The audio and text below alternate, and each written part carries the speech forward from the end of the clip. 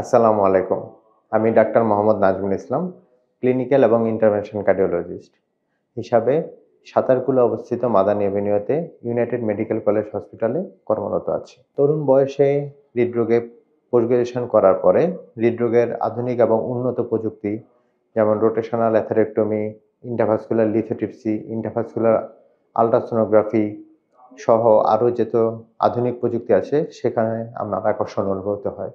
আমি বিদেশে বিভিন্ন এইসব বিষয়ে প্রশিক্ষণ গ্রহণ করি।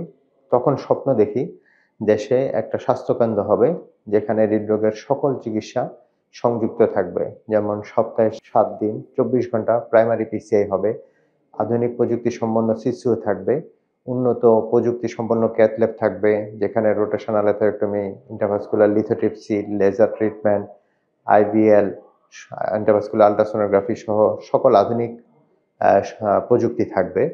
এছাড়া কার্ডিয়াক রিহ্যাবিলিটেশন থাকবে যেখানে রোগীদেরকে আমরা শারীরিক এবং মানসিকভাবে সাহায্য করব তা সুস্থ হয়ে তার স্বাভাবিক জীবনে ফিরে যেতে। এরই ধারাবাহিকতায় এই স্বপ্নকে সত্যি করে ইউনাইটেড গ্রুপ ১৯ বছরের লেগেসিকে বাস্তবায়ন করে ইউনাইটেড মেডিকেল কলেজ হসপিটাল প্রতিষ্ঠা করে, যেখানে আমরা একটা সুন্দর আধুনিক প্রযুক্তি সম্পন্ন কার্ডিয়াক সেন্টার স্থাপন করি।